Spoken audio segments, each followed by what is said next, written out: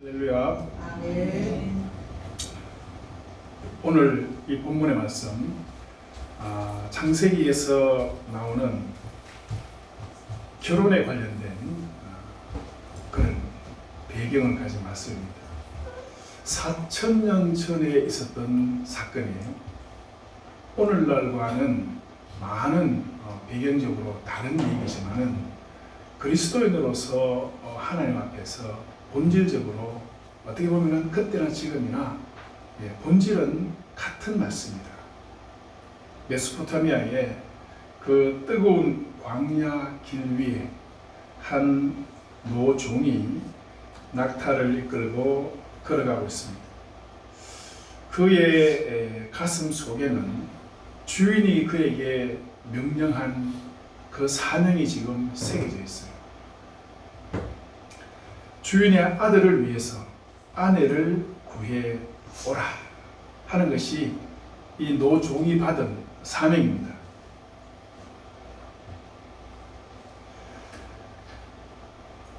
그때의 결혼 풍습이 지금 너무 다르죠. 너무 다릅니다.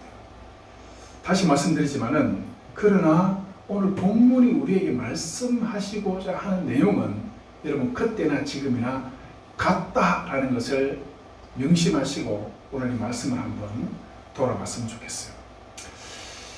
사명을 가지고 떠나는 이 노종에게 사실 지금 보장되어 있는 것은 아무것도 없어요. 길이 멀어요. 가나안 땅에서 메소포타미아까지 그 길은 광야 길이고 가다가 무슨 일을 만났는지 알 수 없는 굉장히 위험한 길이기도 합니다. 어떤 여인을 만나게 될지도 알 수 없고 만났다고 해서 그 여인이 자기를 따라서 온다는 보장도 없어요. 심지어는 그 먼 길을 무사히 갔다가 무사히 돌아올 수 있을지도 몰라요. 굉장히 너무나 막막하고 너무나 막연한 그런 광야 길을 가고 있어요. 이 본문이 출애굽하고 있는 이스라엘 백성들에게 어떻게 읽혀졌을까? 출애굽하고 있는 이스라엘 백성들도 지금 가나안 땅으로 가고 있는 거잖아요. 그들이 오늘 이 본문 말씀을 읽을 때 너무나 가슴에 와닿았을 거예요.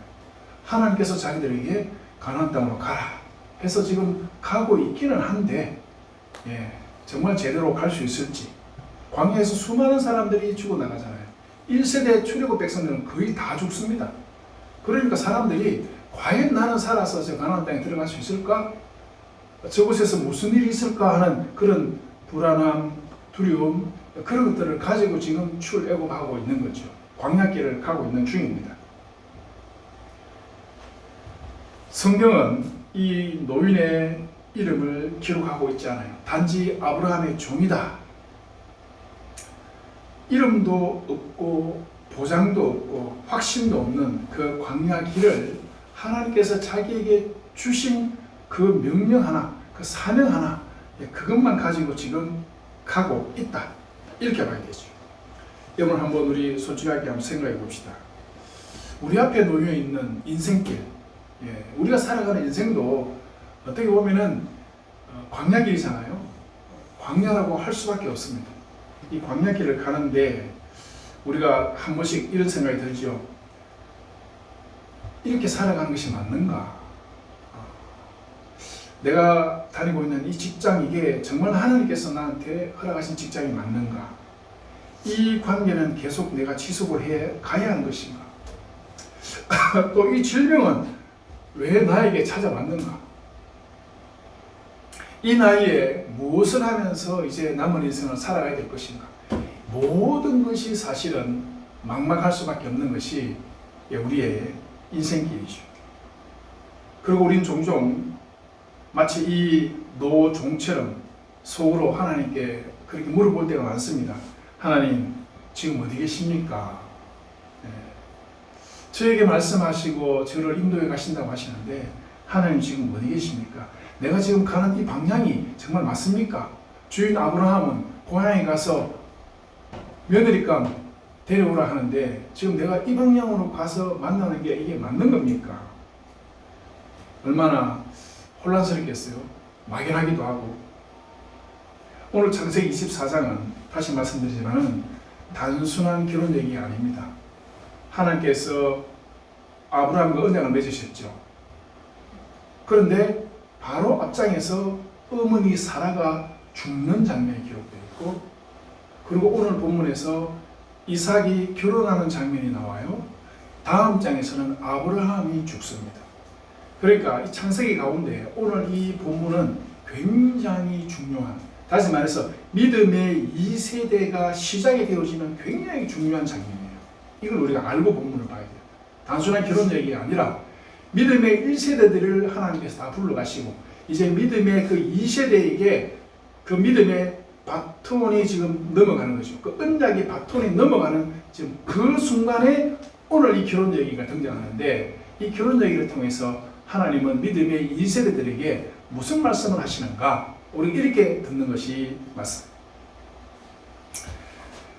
그럼 오늘 본문이 여러분 창세기에서 가장 긴 본문이에요. 예. 이삭의 아내를 구해오는 아주 어떻게 보면 지리한 얘기가 계속되고 있어요. 그만큼 오늘 이 이야기가 중요하다는 것을 우리는 알아야 됩니다. 오늘 본문 가운데서 하나님은 무엇을 우리에게 들려주기를 원하시는가? 첫째는요, 우리 인생에 하나님은 먼저 행하고 계신다. 알겠습니까? 종보다 지금 하나님이 먼저 가서 일하고 계신 것을 우리가 지금 이제 발견을 해야 돼요. 아브라함이 나이든 종을 불러서 부탁을 하죠. 메소포타미아에 가서 이삭의 아내를 구해와라. 야, 진짜 가는 길도 문제지만은 누굴 만난지, 만난다 해도 이 따라오지 않으려고 하면은 어떡하나? 오늘 본문 읽었잖아요. 거기도 보면은 노종의 걱정이 그대로 드러나 있어요. 따라오려고 하지 않으면은 이삭을 그리로 데려가야 됩니까? 지금 아주 그런 것까지 디테일하게 지금 묻고 있어요. 아니야, 데려갈 필요 없어. 따라오지 않으면 그건 아닌 거야. 이렇게 말하고 있죠. 그런데 아브라함은 굉장히 중요한 말을 하고 있습니다. 창세기 24장 40절에 내 앞에서 행하시는 여호와께서 그의 사자를 너와 함께 보내어 내 길을 형통하게 하실 것이다. 여러분, 이 말씀을 잘 기억하셔야 돼요. 이 말씀은 아브라함에게만, 아니 그 종에게만 해당되는 것이 아니라 오늘 우리에게도 해당되는 말이에요. 네 앞에서 행하시는 여호와께서 하나님의 사자를 너와 함께 보내어서 너희의 길을 형통하게 하실 것이다. 여기서 결정적인 표현이 나오죠. 네 앞에서 행하시는 여호와께서, 너보다 먼저 일하시는 여호와라는 것이죠. 그러니까 이 종은 염려되지요. 두렵죠. 그러나 전혀 걱정하지 마라. 하나님이 네 앞서가고 계신다. 이스라엘 백성들에게 구름 기둥과 불 기둥이 바로 그것을 보여줬잖아요. 구름 기둥과 불 기둥이 이스라엘 백성들과 함께하면서 멈출 때는 멈추라, 갈 때는 먼저 출발하시고 이스라엘 백성들은 그 빛을 따라가고. 예, 오늘 본문이 정확하게 지금 그 상황을 어떻게 보면 우리에게 알려주고 있어요. 출애굽 2세대들에게. 1세대들은 가나안 땅에서 다 죽어요. 아니 광야 가운데서 다 죽잖아요. 이제 2세대들이 가나안 땅에서 살아가야 될 것인데 그들에게 마치 이삭과 같은 그런 입장에서 오늘 이 본문을 알려주고 있다는 것이죠. 아브라함은 하나님을 등 뒤에서 밀어주시고 등 뒤에서 따라오는 분으로만 우리에게 말씀하고 있는 것이 아니라 앞서가시는 하나님으로 우리에게 지금 하나님을 소개하고 있어요. 야, 우리는 알아요. 신약시대에 사는 우리는 우리 앞서 일하시는 하나님, 우리는 분명히 믿죠. 그런데 아브라함이 이런 신앙 고백을 했다는 것은 여러분 굉장히 놀라운 일입니다. 아브라함이 하나님을 어떻게 보면 정확하게 하나님과 동행하는 1세대잖아요. 근데 아브라함의 신앙 고백이 그거예요. 아, 하나님이 나보다 먼저 앞서 가시더라. 오늘 본문에서도 정확하게 얘기했죠. 하나님께서 가나안 땅으로 불러내실 때 와 보니까 하나님이 계속 앞서가면서 일을 하시더라는 거죠. 우리가 이미 창세기를 살펴봤습니다. 하나님은 애굽에 갔을 때도 함께 하셨고, 그죠? 모리아 산에 이삭을 데리고 갔을 때도 하나님은 미리 다 준비해 놓으셨어요. 여호와 이레의 하나님이라고 거기서 딱 밝혀 놓으셨어요. 먼저 가 계신 거죠. 우리는 지금 두렵습니다. 이삭을 데리고 모리아 산에 가서 이삭을 잡아서 바쳐야 되는 그 두려움 가운데 우리 살아가죠. 그런데 하나님은 미리 거기에 다 준비해 놓으셨더라 하는 것이죠. 우리가 가는 이 광야 길을 건너서 저기 도달하면은 저기서 무슨 일이 있을까? 염려하라는 거예요? 염려하지 말라는 거예요? 염려하지 말라는 거예요. 염려하지 말라는 거예요. 가라는 거죠. 하나님께서 가라는 사인이 왔으면 가라는 거예요. 가면은 거기서 하나님은 또 너에게 일을 보이실 것이다. 그래서 갈 바를 알지 못했다고 창세기 12장에 딱 밝혀놓은 것은 갈 바를 알지 못했지만은 가니까 하나님이 준비해 놓았더라. 이게 지금 창세기가 우리에게 보여주는 하나의 메시지거든. 한번 따라해 봅시다. 하나님은 내가 가는 길보다 먼저 가고 계신다. 아멘. 예, 이걸 믿어야 돼. 우리 60년 이상 평생 살아오신 분들은 고백할 수 있어요. 아, 하나님이 먼저 가시더라. 하나님이 하시더라. 우리는 고백할 수 있어요. 그러나 이제 인생을 출발하는 청년들, 젊은 사람들은 이 부분에 대해서 굉장히 두렵고 고민스럽죠.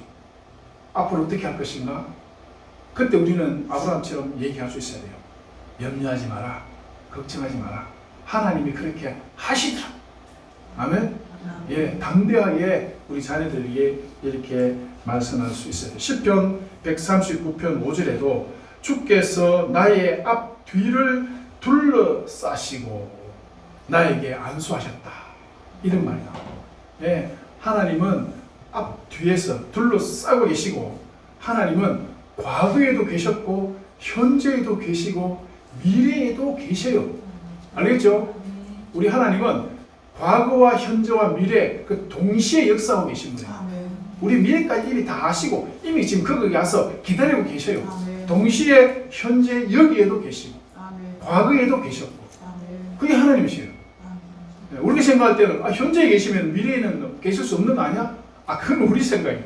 우리의 이성, 인간의 그 어떤 제한된 이성의 사고로는 동시에 하나님이 3차원의 세계도 계시고 4차원의 세계, 그게 이해가 안 되지만 하나님은 그 모든 시공간과 차원을 초월해서 역사하시는 분이십니다.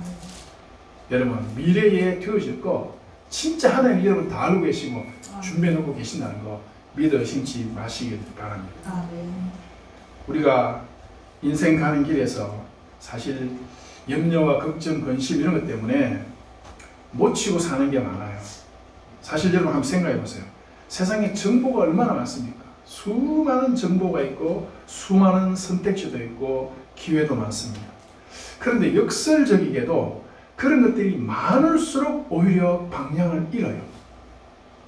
그 많은 것 가운데서 오히려 방향을 잃는다. 왜 그런지. 특히 이런 거죠. 요즘 현대사회는 소위 그 포스트 모던적 사고방식 가운데 사람들에게 우리 자신의 감성과 자신의 결정을 굉장히 강조합니다. 네 인생은 네 것이다. 네가 결정해야 되고 네가 해야 돼. 맞아요.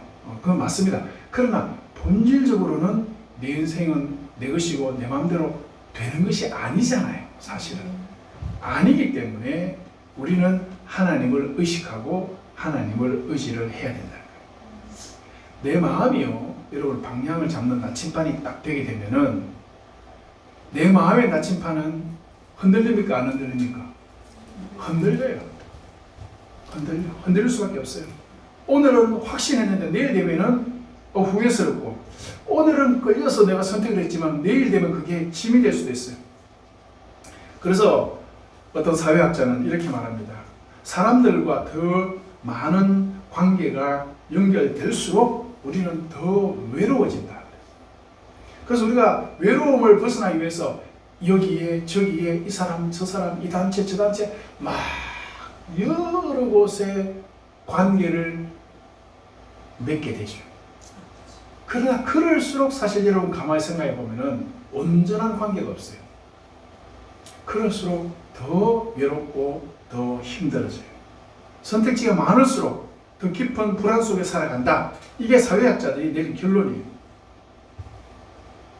자, 아브라함 보세요. 아브라함이 그 우여곡절 많은 그 어떤 갈대아 우르에서부터 여기까지 오면서 많이 흔들렸지만은 그래도 아브라함에게는 아브라함의 중심을 잡고 가는 게 딱 한 가지 있었죠. 그게 뭐예요? 그게 하나님과의 언약이에요. 네. 우리가 알다시피 아브라함 많이 흔들렸습니다. 정말 많이 흔들렸어요. 나중에는 자기 자신도 그 믿음이 확신이 안 서가지고 이게 아내가 하는 말에 휘둘렸다가 얼마나 많은 또 고초를 겪습니까? 그럼에도 불구하고 그 마음속에 자기의 방향을 분명히 잡고 있는 것은 하나님과의 언약, 하나님께서 말씀하신 것, 하나님 살아계시고 인도에 가신다는 것, 거기에 대한 것만은 절대로 변치 않았죠. 그래서 오히려 더 자유할 수가 있는 거예요. 여러분, 분명한 나침판이 없으면 우리는 얽매이게 되죠. 오히려 자유가 없어져요. 그러나 하나님께 모든 것을 맡기고 하나님이 인도하신다. 하나님의 그 언약 가운데 내가 정확하게 붙잡힌 바 되면은 오히려 자유가 찾아오잖아요. 안 그렇습니까? 자유로워져요. 자유로워져요. 실패를 해도 내가 실패한 거예요? 아니면 그게 하나님 뜻이에요? 예, 실패라고 표현하면 좀 이상하긴 한데 내 뜻대로 안 되면은 누구 뜻대로 되었다? 하나님 뜻대로 되었다. 믿습니까? 예, 이걸 알면 해요. 저는 목회하면서 그렇게 합니다. 제가 계획하고 제가 기도한 대로 되면은 하나님이 이걸 허락하시는구나. 안 되면은 이거 하나님 뜻이 아니구나. 하나님 다른 길을 여시면은 이게 하나님께서 원하시는구나. 마음에서 100% 동의는 안 돼요. 마음에서 약간 불편도 있고 하나님 이거 아니잖아요 싶어도 그래도 이게 하나님께서 여신 거구나. 다른 세상 사람들은 막 온갖 얘기들을 할 수 있어요. 그러나 여러분, 그것에서 자유로우시는 가장 좋은 방법이 뭐예요? 이건 하나님이 나한테 허락하신 것이고 하나님이 택한 길이야 라고 믿으면은 세상 사람들이 무슨 소리를 해도 그건 당신 생각. 나와 하나님의 관계는 그게 아니다. 그래서 우리가 정확하게 그 길을 갈 수가 있다. 그래서 자유로워진다. 그게 자유입니다. 자, 우리가 잘 아는 허트슨 테일러라는 19세기 영국의 이 젊은 선교사 얘기, 우리 잘 많이 들어서 잘 알고 있죠. 이 사람이 중국 내륙에 들어가서 선교하겠다라고 결정을 하고 사람들에게 얘기하니까 사람들이 다 만류합니다. 야, 후원도 없고 조직도 없고 특히나 중국 그 속에 안전도 보장이 안 되는데 거기 들어가서 뭘 어떻게 한단 말이냐. 그러나 그때 테일러가 이런 고백을 남겼어요. 하나님의 일을 하나님의 방식으로 하면은 하나님의 공급이 결코 부족하지 않을 것이다. 전적으로 이분은 하나님의 부르심을 믿고 어떻게 보면은 무모한 선택을 한 거죠. 그런데 이 말은 무모한 용기가 아닙니다. 무모한 용기가 아니라 하나님이 먼저 가신다는 것을 믿는 사람의 신앙 고백이라는 거죠. 아시겠죠? 하나님이 그렇게 하시고 하나님이 인도하신다는 거예요. 저도 이렇게 목회를 이렇게 뒤돌아보면은 제일 처음 담임 목회 갔던 곳이 강원도예요. 강원도. 서울에 큰 교회 부목사로 하고 있으면은요, 시골에 지방에서 좋은 교회들, 흔히 말하는 좋은 교회에서 청명이 들어올 교회가 굉장히 많습니다. 그런데 왜 제가 강원도에 꽂혔는지, 강원도 거기 청명을 받았어요. 주변에서 왜 강원도냐? 하필이면 강원도냐? 하필이면 강원도. 근데 제가 강원도에 가서 비로소 거기서 제가 이게 목회구나. 부목사로 좋은 교회, 큰 교회에서 아무 문제 없이 쭉 그냥 지낼 때는 사실은 교회가 어떻게 시작이 되고 교회가 어떤 곳인지 잘 모릅니다. 솔직히 말해가지고 경험을 안 해봤으니 알 수가 있나? 몰라요. 설교도 하고 뭐 다 하지만은 내가 체험을 안 해보면은 알 수가 없어요. 큰 교회, 좋은 교회 계속 있다 보니까 그냥 그게 단 줄 알았어.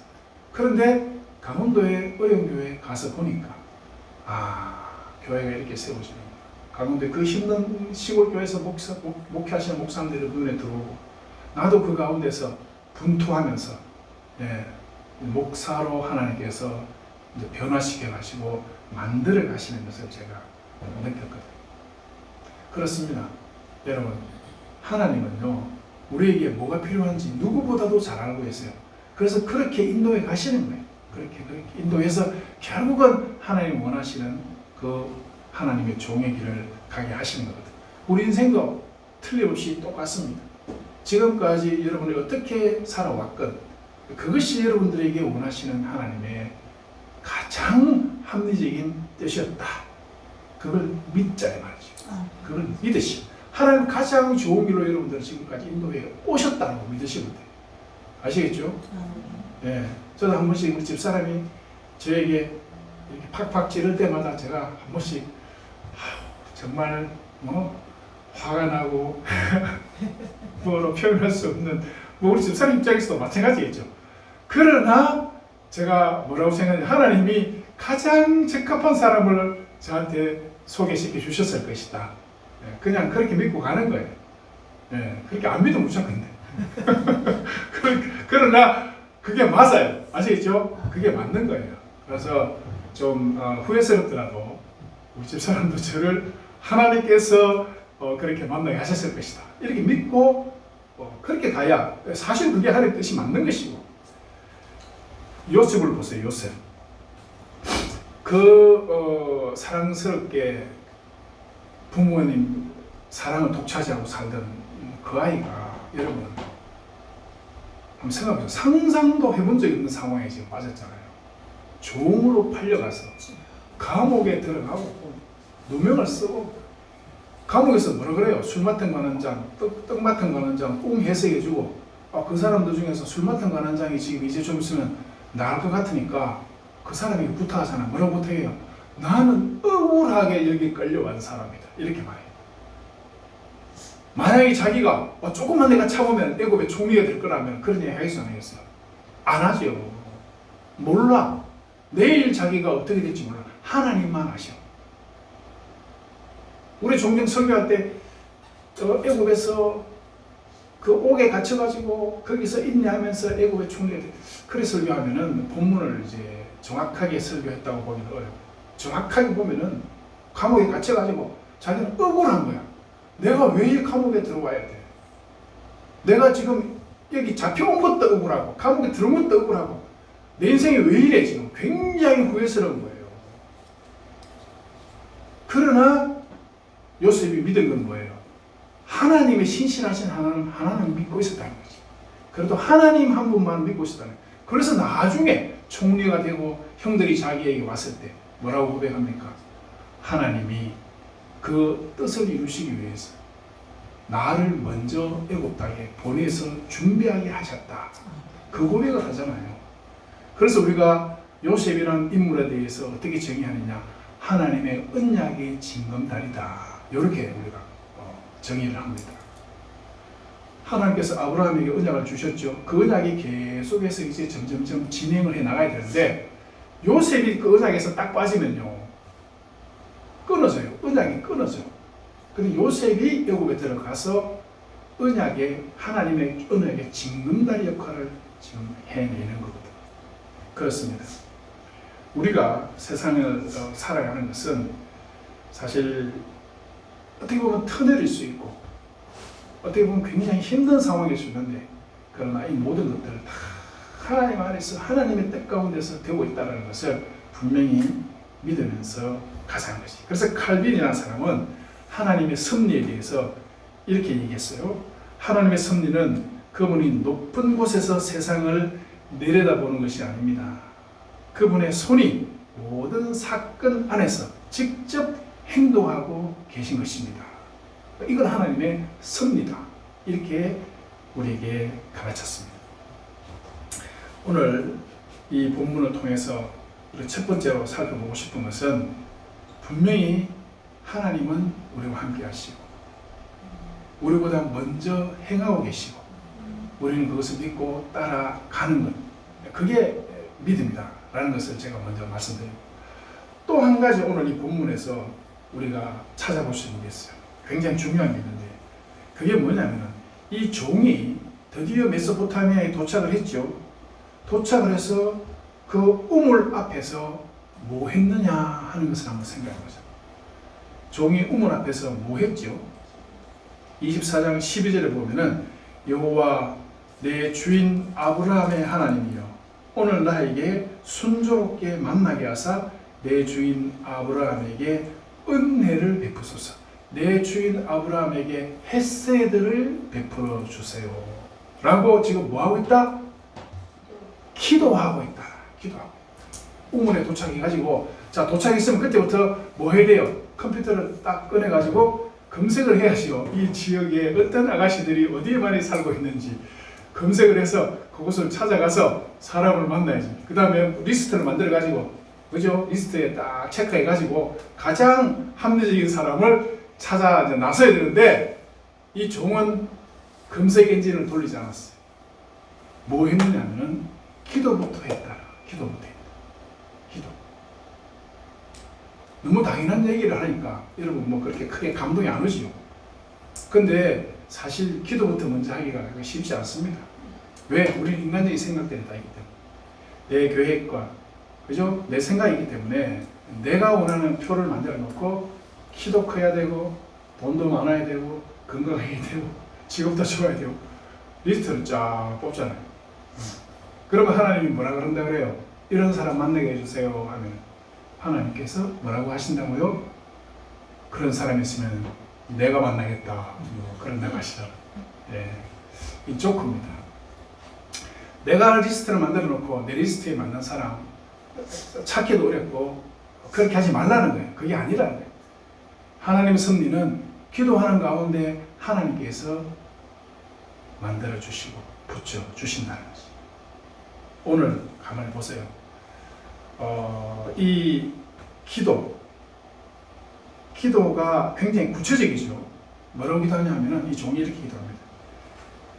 내가 소녀에게 물 좀 달라 하면은 그 소녀가 나에게도 물을 줄 뿐만이 아니라 내가 데리고 온 낙타들에게도 물을 주는 사람, 그 소녀로 제가 알겠습니다.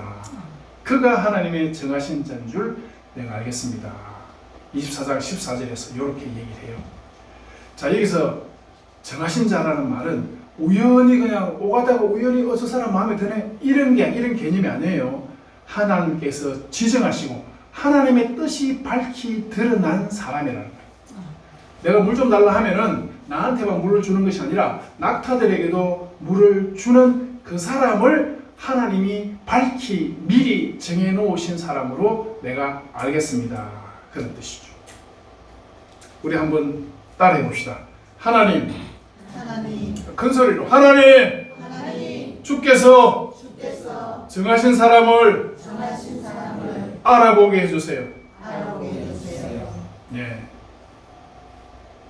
주께서 우리에게 계획해 놓으신 일, 하나님께서 내 앞에 열어놓으신 그 길을 내가 알아볼 수 있도록 해주세요.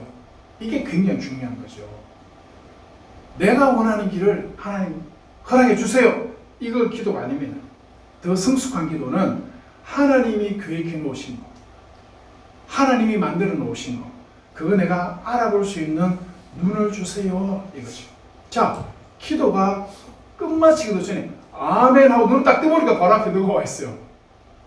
리브가가 앞에 딱 와 있는 거지. 리브가가. 이야, 말을 마치기 전에 하나님의 응답이 벌써 와 있더라. 자, 오늘 이 말씀을 기도는 구체적으로 해야 돼. 지금 그 얘기 하려는 게 아닙니다. 여러분 구체적으로 내가 안 해도요. 하나님과 내하고 마음이 맞으면 하나님은 알아서 다 해놓으십니다. 기도를 구체적으로 하라. 지금 제가 그런 얘기 하려는 것이 아니에요. 그리고 기도를 하니까 하나님은 즉각 응답해 주시더라. 지금 또 그 얘기 하려는 게 아니라 하나님의 시간과 인간의 시간이 만나는 그 신비. 하나님은 미리 다 계획해 놓고 계셨다. 제가 하나님 먼저 앞서 간다 그랬죠. 앞서 가셨어요. 거기 가서 기도하니까 하나님 벌써 먼저 앞서 준비해 놓고 기다리셨다. 지금 제가 이 얘기를 하고 싶은 거예요. 사랑하는 여러분, 특히 하나님은 리브가를 미리 준비해 놓으신 것을 우리가 알게 되죠. 자, 리브가가 그날을 따라서 친절했을까? 그날 따라서 낙타들에게 막 물을 먹이고 그랬을까요? 이 리브가는 평소에 이런 사람이었어요. 평소에 이런 사람이었다. 한번 보세요. 족장의 어머니가 될 사람이에요. 족장의 와이프가 될 사람이에요. 많은 사람들을 거느리고 자기 날개 아래 지금 품어야 되는 그런 여인으로 하나님은 지금 리브가를 준비해 놓으신 거죠. 내 혼자 물 딱 마시고 딱 돌아서서 남이야 물을 묻든지 말든지 그런 사람이면 족장의 아내가 될 수 있어요, 없어요? 안 되는 거죠. 자기만이 아니라 다른 사람들까지 돌아볼 수 있는, 짐승까지도 돌아볼 수 있는 사람을 하나님은 리브가를 준비해 놓으셨다. 평소에 리브가는 그런 사람이었고, 그리고 오늘 그 자리에 하나님이 데려온 거예요. 사실은 기도는 종이 했지만은 거기 데리고 오신 분은 누구예요? 하나님이 데려오신 거예요. 하나님이 벌써 앞서서 쭉쭉쭉쭉 일해가고 계신 것을 우리가 보게 된다는 것이죠.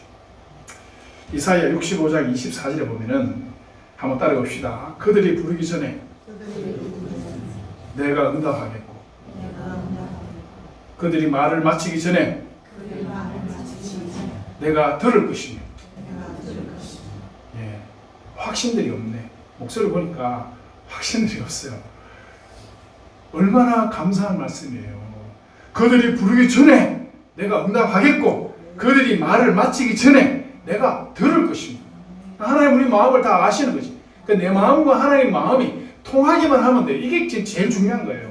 사실은 하나님과 내 마음이 통하기만 하면 하나님은 알아서 척척척척척척 해주신다는 거예요. 이게 은혜입니다. 우리 모친이 종종 그런 말씀하세요. 종종 저한테 하시는 말씀이에요.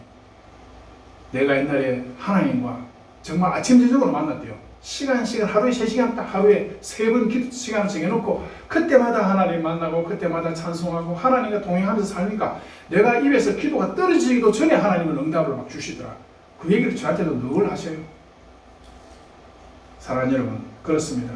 아브라함에게만 그렇게 하시는 것이 아니라 오늘날 우리에게도, 우리가 하나님과 교통하기만 하면 하나님은 그렇게 역사한다라는 것을 오늘 제가 말씀을 여러분들에게 드리고 싶어요.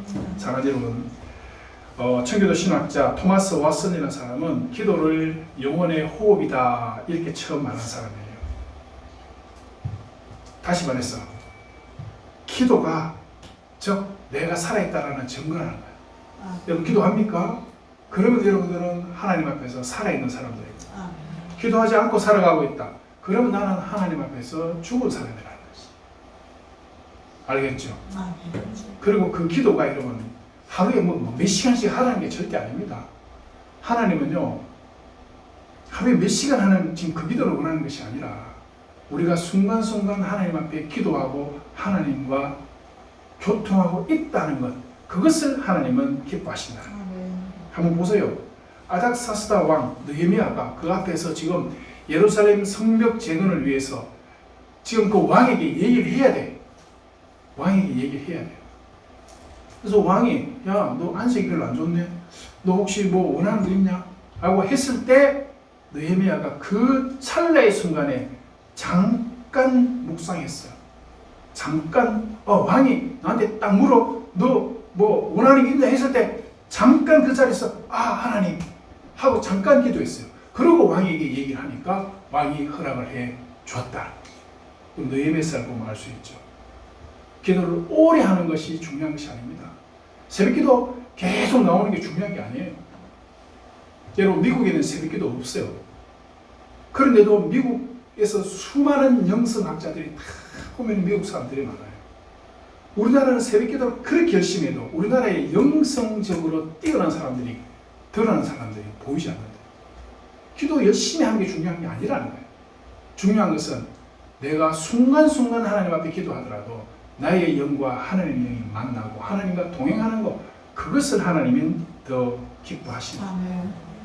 코리텐 붐 여사라고 잘 아시죠? 나치 수용소에서 정말 죽음의 고비를 넘겼던 이 사람이 자기 언니와 함께 벼룩이 덜 끓는 막사에 갇혔어요. 그래서 처음에는 이 벼룩이 많은 이곳에다가 우리를 가두어 놓았으니 너무 힘들다, 불평, 원망을 했대. 그런데 오히려 그 안에 벼룩이 너무 많으니 간수들이 그 안에 안 들어오는 거야. 그래서 거기서 벼룩은 많았지만 간수들의 눈을 벗어나서 거기서 기도하고 자유롭게 성경 읽고 거기서 자유롭게 대화할 수 있었다. 오히려 그 벼룩 많은 것이 그것이 하나님 앞에 은혜였다라고 고백을 해드렸습니다. 사랑하는 여러분, 그렇습니다. 아브라함의 종이 기도를 마치기 전에 리브가가 왔던 것처럼 하나님의 응답은요 항상 우리보다 앞서 가신다. 아시겠죠? 단지 우리가 내 욕심이 있다 보니까 하나님 응답이 왔는데도 그게 하나님 응답인지 모르고 내 뜻대로 해가다가 결국 돌아보면은 마이너스다. 아시겠습니까? 그래서 제가 오늘 마지막으로 드리고 싶은 말씀은 하나님의 헤세드, 하나님의 은혜는 우리에게서 그치지 않고 함께 하신다는 것, 이걸 우리가 반드시 명심을 하자는 거예요. 아시겠죠? 마지막으로 한 가지 예화를 들려드리고 싶은 게 있는데 1950년 12월 달에 흥남부두에서 유명한 흥남 철수작전이 있었어요. 중공군들이 밀려 내려오는 가운데 수만 명이 그 배를 타야 이제 피난을 올 수 있는 그런 상황이었다고 합니다. 그때 그 배 위에서 한 노병이 낡은 성경을 가슴에 꼭 안고 있었어요. 늘 이 사람은 어디 가든지 어떤 상황에서든지 그 하나님 말씀을 읽으면서 그 가운데서 자기의 삶의 방향을 잡으려고 했던 바로 그런 사람이었어요. 그 성경 첫 페이지에 뭐라고 써 있었냐면 그 아내가 남편이 전쟁터에 나갈 때 아내가 시편 121편 8절 말씀을 거기에다가 딱 기록을 해놓았다는 거죠. 여호와께서 너의 출입을 지금부터 영원까지 지키시리로다. 그러므로 그 여호와 하나님을 묵상하고 그 여호와 하나님을 따라가고 그분을 생각하고 그 앞서 행하시는 그 여호와를 의지해라 하는 바로 그런 메시지였죠. 그래서 이분은 그 흥남 철수작전 가운데서 그 하나님께서 자기와 함께 하셨다는 것을 믿고 참 기적적으로 살아남았어요. 그리고 자기 손자에게 그 성경책을 건네주면서 똑같은 그런 메시지를 자기 손자에게 대를 이어서 전해줬다는 것이죠. 여러분, 그렇습니다. 오늘 이삭의 얘기가 단순하게 그 뭐 와이프를 어디 가서 구해오는 지금 그런 스토리가 아닙니다. 그건 뛰어넘어서 한 세대가 가고 그 다음 세대로 믿음이 이어지는 과정 가운데 하나님은 앞서 행하시는 하나님이시다. 그 다음에 늘 기도하면서 주님과 동행하면은 하나님께서 우리에게 은혜를 분명히 베푸신다 라고 하는 그 메시지를 후대에게 전해주는 그런 스토리가 오늘 말씀입니다.